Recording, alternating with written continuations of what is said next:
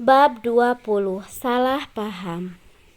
Aiman tersenyum lega setelah mengungkapkan perasaannya terhadap Alika pada kedua orang tua gadis itu. Ia tidak menyangka Abizar dan Devina merestuinya dengan syarat harus bisa menjaga Alika. Namun keduanya menyerahkan kembali keputusan itu pada sang putri. Aiman disuruh untuk menemui gadis itu di rumah Rayyan. Saat ini pemuda tampan yang memakai kemeja napi itu berdiri di depan pintu gerbang rumah mewah Rayyan dan Apikah. "Mas Aiman ya?" tanya Mang Bayu, satpam yang merangkap tukang kebun di rumah Rayyan. "Iya Mang, ini saya," jawabnya. "Mas Aiman kenapa nggak langsung bunyiin klakson biar saya bukain pintunya?" ucap Mang Bayu. Aiman memang sering diajak Devina dan Ambar ke rumah ini sehingga Mang Bayu sudah kenal dengannya. "Iya Mang, aku mau bertemu Alika. Oma juga ada kan?" "Iya ada, Non Alika baru pulang dijemput Non Apikah. Masuk aja Mas." "Terima kasih Mang." Aiman segera masuk setelah Mang Bayu membukakan pintu. Ia menyembunyikan bel rumah mewah itu. Tidak lama pintu itu terbuka, terpampang wajah cantik Apika yang tersenyum padanya. "Aiman," sapanya. "Mau bertemu Oma atau Alika?" tanyanya. "Dua-duanya Kak," meskipun usianya terpaut 3 tahun lebih tua dari Apika. Namun untuk menghormati ia memanggil kakak. "Silakan masuk." Dek, ada Aiman," ucap Apika sedikit berteriak pada Alika yang sibuk bermain dengan Pawas dan Akila. Deg. Alika langsung menoleh ke arah Apika yang sudah berjalan lebih dulu di depan pemuda tampan yang sejujurnya begitu ia rindukan. Gadis cantik yang semakin cantik setelah beberapa bulan tidak Aiman temui itu terlihat gugup. Ia mencoba menetralkan kegugupan dengan menggendong Akila.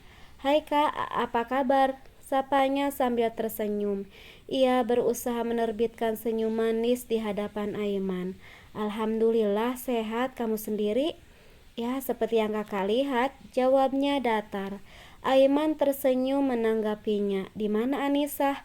Kok nggak kelihatan? Biasanya kan selalu ngintilin," tanyanya sambil celengak-celinguk melihat ke arah pintu. Aiman tersenyum tipis melihat ekspresi Alika yang terlihat tidak suka bila ada Anissa. "Anissa tidak akan pernah ikut dan ngintilin aku lagi, Kak," ujarnya, membuat Alika mencibikkan bibirnya. "Kenapa nggak lagi?" tanyanya penasaran. Sejujurnya ia senang dengan jawaban Aiman. Kalau boleh berharap, ia lebih suka Aiman membatalkan proses ta'aruf dengan Anissa. Ia belum tahu kalau Anissa sudah meninggal dunia. "Bolehkah aku bicara sama kamu sebentar?" pinta Aiman penuh harap. "Kita sudah bicara," ucap Alika.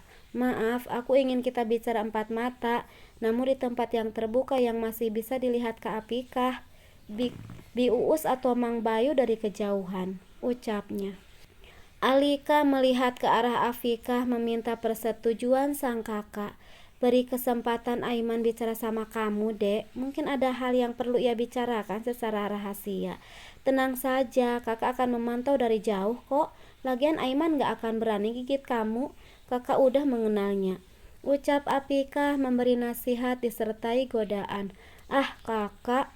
Apika segera mengambil Akila yang ada di pangkuan Alika. Ia menyuruh mereka mengobrol di taman samping kolam renang dengan penghalang kaca tembus pandang, sehingga ia bisa memantau keduanya. Saat ini keduanya sudah berada di bangku panjang taman samping dekat kolam renang. Alika duduk di pojok bangku, begitu juga Aiman.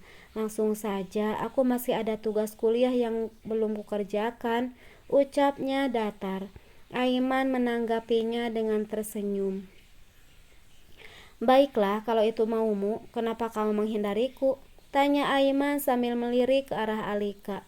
"GR banget sih, siapa yang menghindari kakak?" jawab Alika.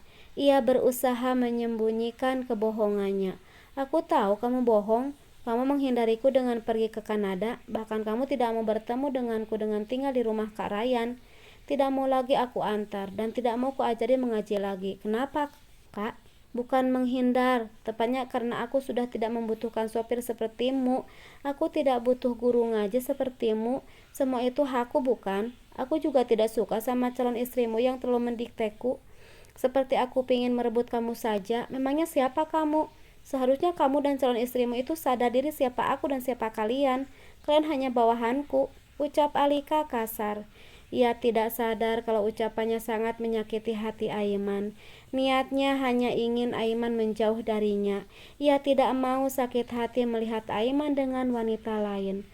Aiman tercengang dengan penuturan Alika. Ia tidak menyangka Alika mengatakan hal itu, memandang statusnya yang hanya seorang sopir bawahannya. Terima kasih sudah mengingatkan tentang statusku. Ya, aku sadar siapa diriku dan siapa dirimu. Aku hanya seorang bawahan, maafkan aku yang mungkin berharap lebih. Seharusnya bisa membatasi diri. Sekali lagi aku minta maaf, Non Alika, permisi, ucap Aiman. Ia langsung berdiri dan pergi meninggalkan Alika tanpa memandang gadis itu lagi. Oh iya, perlu kamu tahu Anissa sudah meninggal. Aku sudah memutuskan proses ta'aruf sebelum dia meninggal. Jadi tidak usah menyangkut pautkan dia lagi supaya dia tenang. Setelah mengucapkan itu, Aiman keluar dari rumah Apika. Untuk apa aku berjuang kalau Alika tidak menginginkanku? Berjuang itu bila kita sama-sama menginginkan hubungan ini berlanjut, tidak bertepuk sebelah tangan. Seharusnya aku sadar gadis cantik, kaya dan pintar sepertinya tidak mungkin mencintaiku, bahkan menerima cintaku, lirihnya. Saat ini pemuda tampan itu sudah berada di dalam mobil. Astagfirullahalazim, ternyata sesakit ini mencintai. Namun harus bertepuk sebelah tangan. Belum menyatakan cinta sudah mendapatkan penolakan.